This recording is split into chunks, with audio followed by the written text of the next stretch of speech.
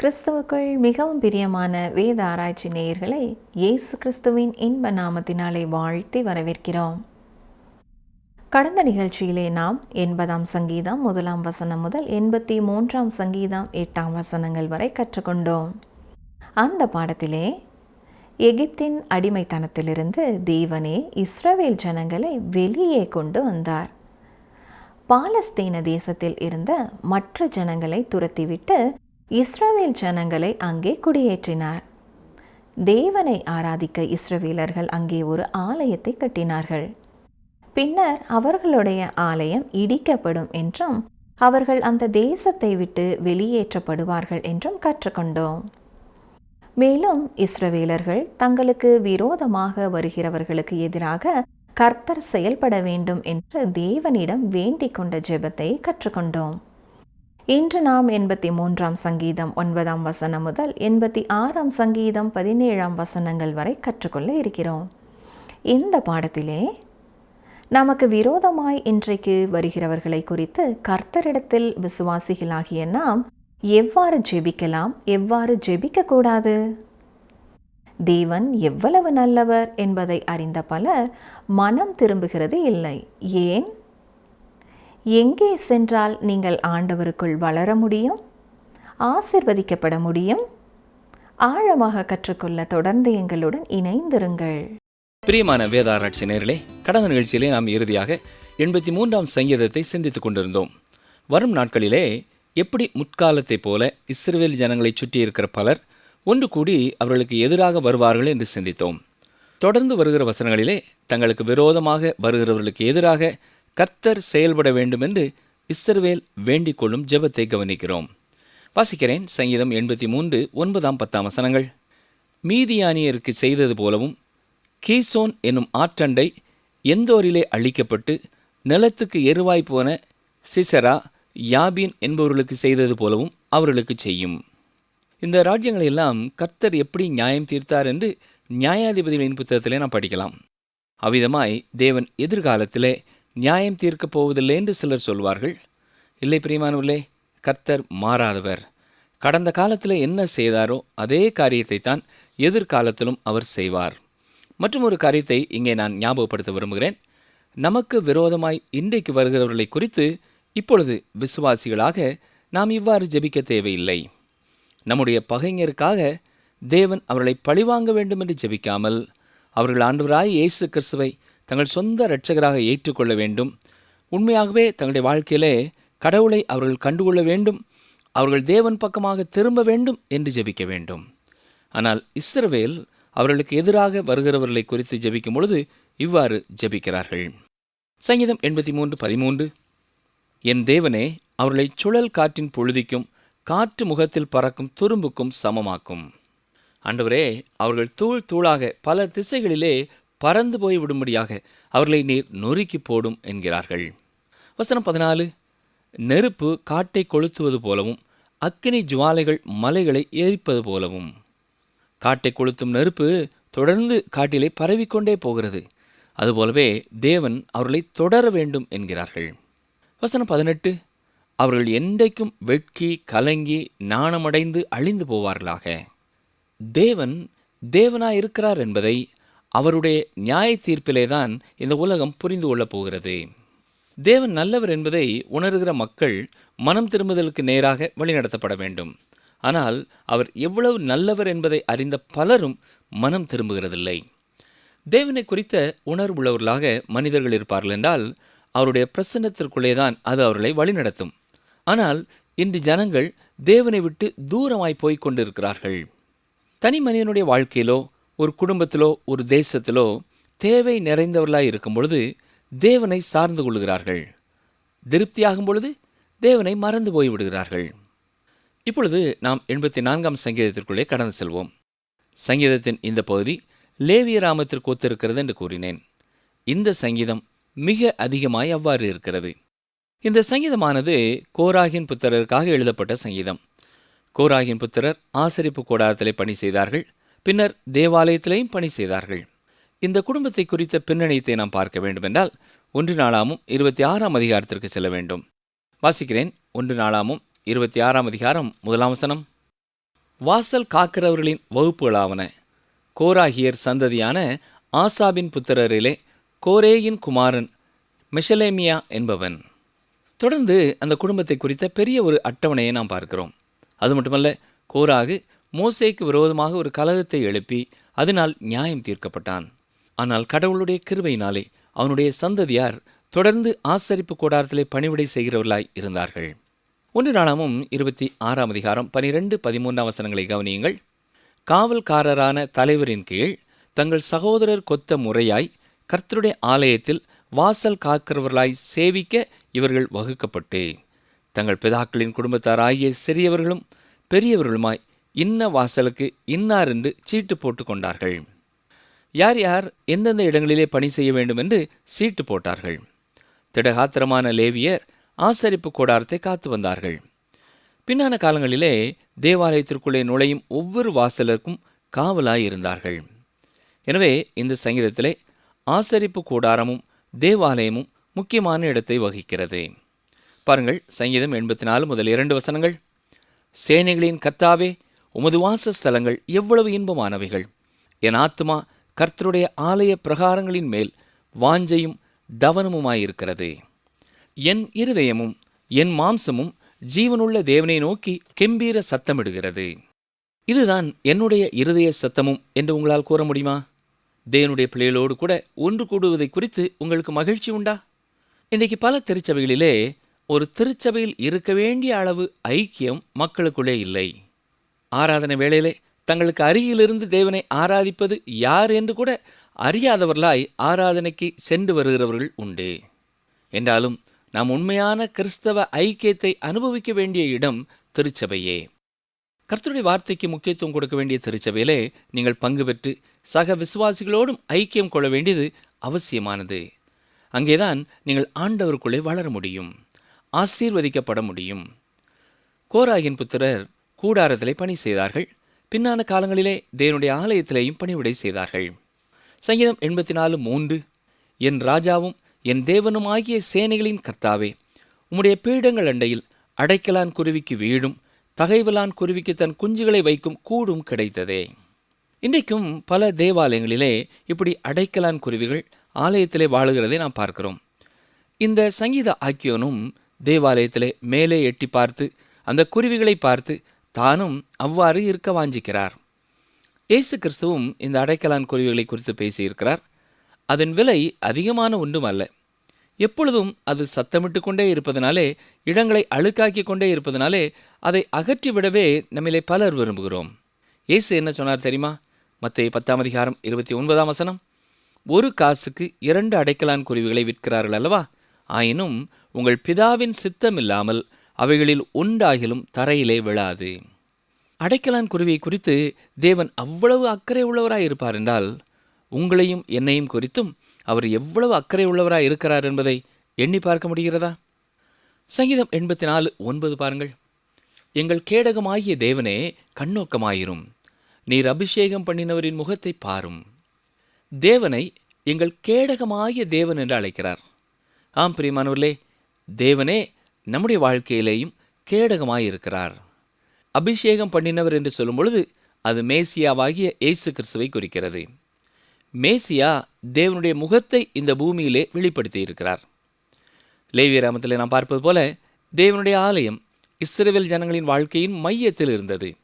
சில காலங்களுக்கு முன்பாக பல இடங்களிலே தேவனுடைய ஆலயமே அந்த சமுதாயத்தின் மையமான காரியமாய் இருந்திருக்கிறது. இன்றைக்கு சில இடங்களிலே தேவாலயத்திற்கு அப்படிப்பட்ட ஒரு முக்கியத்துவம் கொடுக்கப்படுகிறது.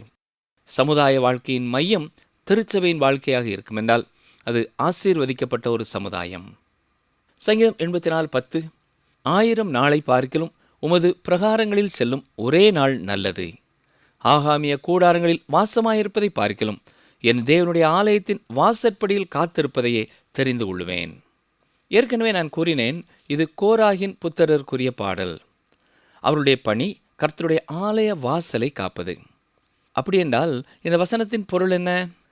தேவனை விட்டு தூரமான ஒரு பணக்காரனாக நான் வாழ்வதை விட தேவனுடைய ஆலயத்திலே நான் பணிவிடை செய்வதையே சிறந்ததென கருதுகிறேன் என்கிறார். இன்றைக்கு சிலர் ஆராதனைக்கு வந்தால் அடிக்கடி கை கடிகாரத்தை பார்த்து கொண்டே இருப்பார்கள். அப்படிப்பட்டவர்கள் இந்த வசனத்தை வாய் திறந்து வாசிக்க முடியாது. இது எத்தனை அருமையான ஒரு சங்கீதம் இல்லையா? இது மகிமையான ஒரு சங்கீதம். ஆனால் நம்மிலே சிலரை இது கடிந்து கொள்ளும் சங்கீதமாயும் இருக்கிறது. சங்கீதம் 85 எதிர்காலத்திலே இஸ்ரவேல் மீட்டு எடுக்கப்படுவதை குறித்து கூறுகிறது. இந்த சங்கீதத்திற்கு கொடுக்கப்பட்டிருக்கிற முகவுரையை கவனியுங்கள்.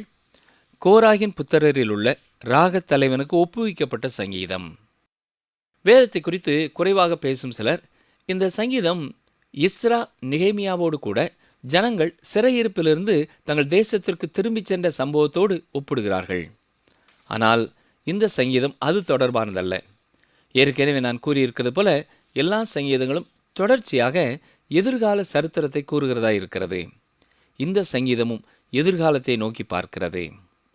சங்கீதம் 85:1, கர்த்தாவே, உமது தேசத்தின் மேல் பிரியம் வைத்து யாக்கோபின் சிறையிருப்பை திருப்பினீர். எஸ்ரா நெகேமியாவின் காலத்திலே மிக அதிகமான ஜனங்கள் திரும்பி வரவில்லை. எனவே இந்த வசனம் கர்த்தர் தம்முடைய ஜனங்களை அவருடைய தேசத்திற்கு முழுமையாக திரும்ப கொண்டு வந்து ராஜ்யத்தை ஸ்தாபிக்கும் காலத்தை குறித்து பேசுகிறது. சங்கீதம் 85:2, உமது ஜனத்தின் அக்கிரமத்தை மன்னித்து அவர்கள் பாவத்தையெல்லாம் மூடினீர். எத்தனை மகிமையான காட்சி இது! இது எதிர்காலத்தை குறித்து மட்டுமே பேச முடியும். பாபிலோனிய சிறையிருப்பின் காலத்தை குறித்து இவ்வாறு சொல்ல முடியாது. நீங்கள் சொல்வது போல அல்ல, இது பாபிலோனின் சிறையிருப்பை குறித்து தான் கூறுகிறது என்று நீங்கள் சொல்லுவீர்கள் என்றால், எஸ்ரா, நெகேமியா, ஆகாய், சகரியா, மல்கியா ஆகிய புத்தகங்களை நீங்கள் வாசித்து பாருங்கள். அந்நாட்களிலே ஜனங்களுடைய இருதயம் தேவனை விட்டு தூரமாக இருந்தபடினாலே மல்கியா அவர்களை கடிந்து கொள்கிறார். அவர்கள் தேவாலயத்திற்கு வந்தார்கள், பலிகளை கொண்டு வந்தார்கள். ஆனால் அவருடைய இருதயமோ தேவனை விட்டு தூரமாயிருந்தது. இந்த சங்கீதம் மிக வித்தியாசமான ஒரு காட்சியை நமக்கு தருகிறது. பாருங்கள், சங்கீதம் 85:3, உமது உக்கிரத்தை எல்லாம் அடக்கி கொண்டு உமது கோபத்தின் எரிச்சலை விட்டு திரும்பினீர். இஸ்ரவேல் ஜனங்களுக்கு நியாய தீர்ப்பு எல்லாம் முடிந்த காலத்தை இது நோக்கி பார்க்கிறது. இஸ்ரவேல் மக்களுக்கும் இந்த உலகத்திற்கும் மிகவும் கேடான ஒரு காலம் எதிர்காலத்திலே தான் இருக்கிறது. மகா உபத்திரவம் முழு உலகத்தையும் பாதிக்கும் ஒன்றாயிருக்கும். அதுதான் நியாய தீர்ப்பின் காலம். சாத்தான் கட்டவிழ்த்து விடப்படுவான். பரிசுத்த ஆவியானவரும் பாவத்தை தடுத்து நிறுத்துகிறதில்லை. மனிதன் என்ன விரும்பினாலும் செய்யலாம் என்ற ஒரு காலம் வருகிறது. பின்னர் தேவன் நியாயம் தீர்க்கப் போகிறார். இந்த காலத்திலே கர்த்தருடைய பிள்ளைகளுக்கு பாவத்திற்கான நியாய தீர்ப்பு முடிவடைந்து விட்டது. நம்முடைய பாவங்களுக்காக இயேசு கிறிஸ்து சிலுவிலே அடிக்கப்பட்ட பொழுது பாவத்தை குறித்த கேள்வி பதில் உரைக்கப்பட்டு விட்டது. ஆனாலும் விசுவாசிகளும் பயப்பட வேண்டிய ஒரு காரியம் உண்டு. விசுவாச வாழ்க்கையிலே நாம் செய்த காரியங்களை குறித்து தேவனுக்கு கணக்கு கொடுக்கும் ஒரு நேரம் உண்டு. நம்முடைய கிரியைகள் அக்கினியினாலே சோதிக்கப்பட போகிறது. கவனியுங்கள், 1 கொரிந்தியர் 3:13 முதல் 15 வரை வாசிக்கிறேன். 1 கொரிந்தியர் 3:13-15 வரை. அவனுடைய வேலைப்பாடு வெளியாகும், நாளானது அதை விளங்க பண்ணும். ஏனெனில் அது அக்கினியினாலே வெளிப்படுத்தப்படும். அவனுடைய வேலைப்பாடு எத்தன்மை உள்ளதென்று அக்கினியானது பரிசோதிக்கும். அதன் மேல் ஒருவன் கட்டினது நிலைத்தால் அவன் கூலியை பெறுவான். ஒருவன் கட்டினது வெந்து போனால் அவன் நஷ்டமடைவான். அவனோ ரட்சிக்கப்படுவான். அதுவும் அக்கினியில் அகப்பட்டு தப்பினது போல் இருக்கும். மகா உபத்திரவ காலத்திலே எல்லாமே நியாயம் தீர்க்கப்பட போகிறது. அந்த காலகட்டத்திலே இந்த உலகத்திலே நான் இருக்க விரும்பவில்லை. நீங்களும் அவ்வாறு தான் எண்ணுவீர்கள் என்று நினைக்கிறேன். 85 சங்கீதம் 4-5 பாருங்கள். எங்கள் ரட்சிப்பின் தேவனே, நீர் எங்களை திருப்பிக் கொண்டு வாரும். எங்கள் மேலுள்ள உமது கோபத்தை ஆறப்பண்ணும். என்றைக்கும் எங்கள் மேல் கோபமாயிருப்பீரோ? தலைமுறை தலைமுறையாக உமது கோபத்தை நீடித்திருக்க பண்ணுவீரோ? பாடுபடும் இஸ்ரவேல் ஜனங்களுடைய வாழ்க்கையிலே அது முடிவடையும் நேரம் ஒன்று வருகிறது. இதற்கு முன் நாம் பார்த்த ஒரு சங்கீதத்திலே அவருடைய சரித்திரத்தை நாம் பார்த்த பொழுது கண்ணீரையே உணவாகவும் பானமாகவும் உட்கொண்டார்கள் என்று சிந்தித்தோம். அந்த நிலை பூரணமாக மாறும் ஒரு நாள் வருகிறது. தேவன் அவர்கள் கண்ணீர் யாவையும் துடைப்பார். பிரியமானவர்களே, இன்றைக்கும் கர்த்தர் உங்கள் மேல் நீடித்த காலமாக கோபமாக இருக்கப் போவதில்லை. சங்கீதம் 85:6, உமது ஜனங்கள் உம்மில் மகிழ்ந்திருக்கும்படி நீர் எங்களை திரும்ப உயிர்ப்பிக்க மாட்டீரோ? பல காரணங்களினாலே இன்றைக்கு நம்முடைய திருச்சபைகளிலே எழுப்புதல் தேவையானதாக இருக்கிறது. ஒரு காரணம், திருச்சபையில் இருக்கும் பல விசுவாசிகளுடைய வாழ்க்கையிலே உண்மையான மகிழ்ச்சி இல்லை. அந்த மகிழ்ச்சி அவருடைய வாழ்க்கையிலே இருக்க வேண்டும். ஆனால் இல்லை.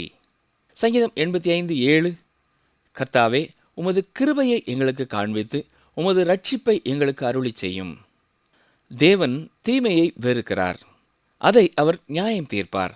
ஆனால் அதே வேளையிலே அவர் இரக்கங்களின் தேவனாயும் இருக்கிறார், கிருபையின் தேவனாயும் இருக்கிறார். அவரிடத்திலே திரும்புகிறவர்களுக்கு இரட்சிப்பை அருளி செய்கிறார். வசனம் 8, கர்த்தராகிய தேவன் விழும்புவதை கேட்பேன். அவர் தம்முடைய ஜனங்களுக்கும் தம்முடைய பரிசுத்தவான்களுக்கும் சமாதானம் கூறுவார். அவர்களோ மதிகேட்டுக்கு திரும்பாதிருப்பார்களாக. பாவத்திற்கான தேவனுடைய இறுதி நியாய தீர்ப்பு நடைபெறும் பொழுது அவருடைய ஜனங்கள் மீண்டும் தீமைக்கு திரும்ப மாட்டார்கள், பழைய பாவங்களுக்கு திரும்ப மாட்டார்கள். ஏனென்றால் இந்த உலகத்திலிருந்து பாவமே அகற்றப்பட்டுவிடும்.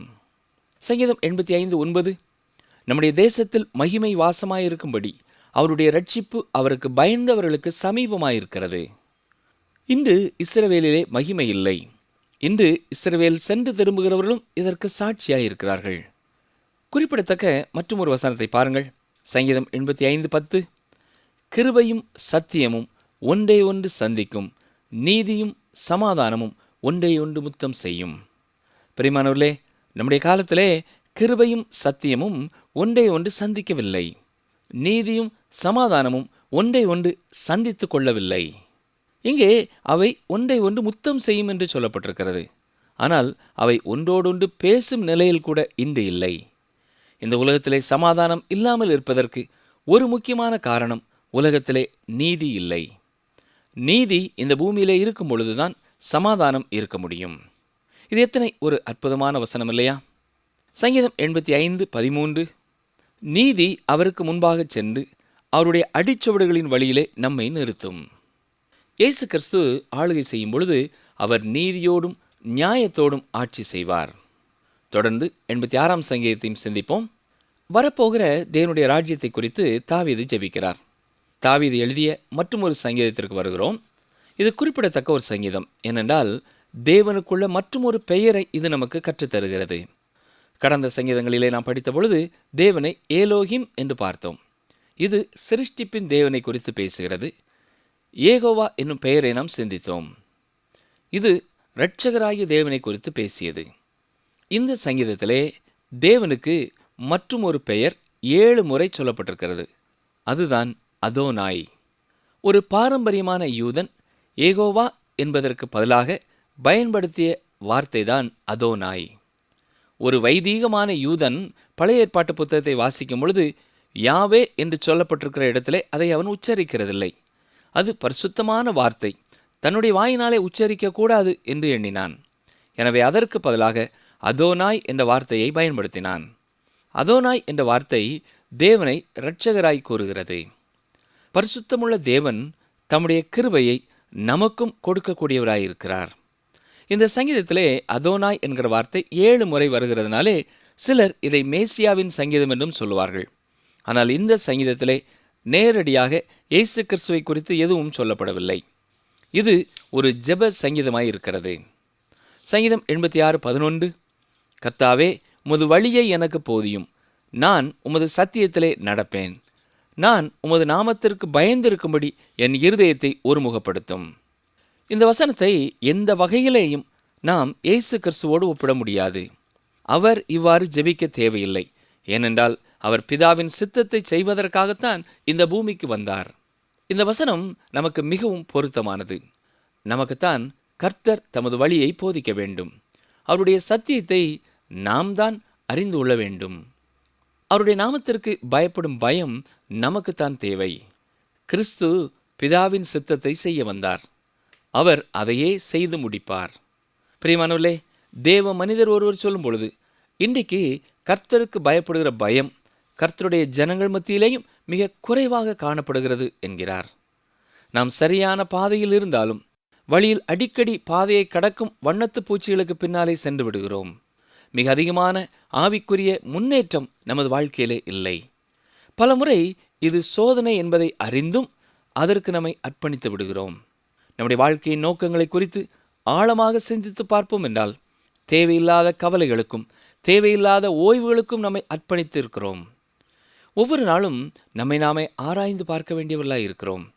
இன்றைக்கு அநேக கிறிஸ்தவ ஊழியர்கள் கூட வெளிப்பிரகாரமாக பாவத்திலே வாழாவிட்டாலும் சோம்பல் உள்ளவர்களாக இருக்கிறார்கள். பல வகைகளிலே தங்கள் நேரத்தை வீணாக்குகிறார்கள். அவர்கள் மிக சுறுசுறுப்பாக அதை செய்வது இதை செய்வது போன்று தெரிகிறது. ஆனால் செய்யப்பட வேண்டிய வேலை செய்து முடிக்கப்படாமல் இருக்கிறது. பல ஊழியர்கள் தாங்கள் மற்றவர்களுக்கு கொடுக்கும் சத்தியத்தை குறித்து மிக கரிசனையோடு செயல்படுகிறதில்லை. கர்த்தருக்கு பணிவிடை செய்வதிலே பலர் ஜாக்கிரதையாயிருக்கிறதில்லை. எனவே நாமும், ஆண்டவரே, நான் உமது நாமத்திற்கு பயந்திருக்கும்படி என் இருதயத்தை ஒருமுகப்படுத்தும் என்று ஜெபிக்கலாம். நம்முடைய இருதயம் அங்கே இங்கே என்று பகுக்கப்பட்டதாக இருக்கும் என்றால் அப்போஸ்தலனாகிய பவுலைப் போல, ஆண்டவரே, நான் என்ன செய்ய சித்தமாயிருக்கிறீர் என்று கேட்போமா? தேவன் நமக்கு கூறுகிறார், நான் உனக்கு போதித்து நீ நடக்க வேண்டிய வழியை உனக்கு காட்டுவேன், உன்மேல் என் கண்ணை வைத்து உனக்கு ஆலோசனை சொல்லுவேன் என்கிறார். ஆண்டவரே, உமது வழியை எனக்கு போதியும், நான் உமது சத்தியத்திலே நடப்பேன் என்று கூறுவோமா? கர்த்தருடைய வார்த்தையின் மூலமாக அவர் நமக்கு கற்றுக் கொடுக்கும் வழிகளிலே நடக்க நம்மை அர்ப்பணிப்போம். அப்பொழுது நம்முடைய இருதயங்களின் ஆழங்களிலிருந்து வருகிற துதி ஸ்தோத்திரங்களை அவர் மகிழ்ச்சியோடு ஏற்றுக்கொள்வார். நம்முடைய இருதயம் ஒருங்கிணைக்கப்பட்டதாக, அவருக்கென்று அர்ப்பணிக்கப்பட்டதாக இருக்கும் பொழுது நம்முடைய துதி பெரிதாக இருக்கும். அப்படிப்பட்ட கிருபையை கர்த்தர் தாமே இந்த நிகழ்ச்சியை கேட்டுக்கொண்டிருக்கிற ஒவ்வொருவருடைய வாழ்க்கையிலையும் நித்தமும் தந்தருள்வாராக. ஆமேன். அன்பர்களே, இந்த நாளிலும் நாம் கற்றுக்கொண்டது என்ன? நம்முடைய பகைஞருக்காக நாம் ஜெபிக்கும்போது தேவன் அவர்களை பழிவாங்க வேண்டும் என்று ஜெபிக்காமல் அவர்கள் ஆண்டவராகிய இயேசு கிறிஸ்துவை தங்கள் சொந்த இரட்சகராக ஏற்றுக்கொள்ள வேண்டும். உண்மையாகவே அவர்கள் வாழ்க்கையிலே கடவுளை அவர்கள் கண்டுகொள்ள வேண்டும். அவர்கள் தேவன் பக்கமாக திரும்ப வேண்டும் என்று ஜெபிக்க வேண்டும். ஆனால் இஸ்ரவேலர்கள் அவர்களுக்கு விரோதமாக வருகிறவர்களை குறித்து ஜெபிக்கும்போது இவ்வாறு ஜெபிக்கிறார்கள்: ஆண்டவரே, அவர்கள் தூள் தூளாக பல திசைகளிலே பறந்து போகும்படியாக அவர்களை நீர் நொறுக்கி போடும் என்று ஜெபிக்கிறார்கள். காட்டை கொளுத்தும் நெருப்பு தொடர்ந்து காட்டிலே பரவிக்கொண்டே போகிறது. அதுபோலவே தேவன் அவர்களை தொடர வேண்டும் என்று ஜெபிக்கிறார்கள். தேவனுடைய பிள்ளைகளோடு கூட ஒன்று கூடுவதை குறித்து உங்களுக்கு மகிழ்ச்சி உண்டா? இன்று பல திருச்சபைகளிலே ஒரு திருச்சபையில் இருக்க வேண்டிய அளவு ஐக்கியம் மக்களிடம் இல்லை. அன்பர்களே, நாம் உண்மையான கிறிஸ்தவ ஐக்கியத்தை அனுபவிக்க வேண்டிய இடம் திருச்சபையே. மீண்டும் அடுத்த நிகழ்ச்சியில் சந்திப்போம். கர்த்தர் உங்களை ஆசிர்வதிப்பாராக. கர்த்தரே ஆவியானவர். கர்த்தருடைய ஆவி எங்கேயோ அங்கே விடுதலையும் உண்டு. 2 கொரிந்தியர் 3:17.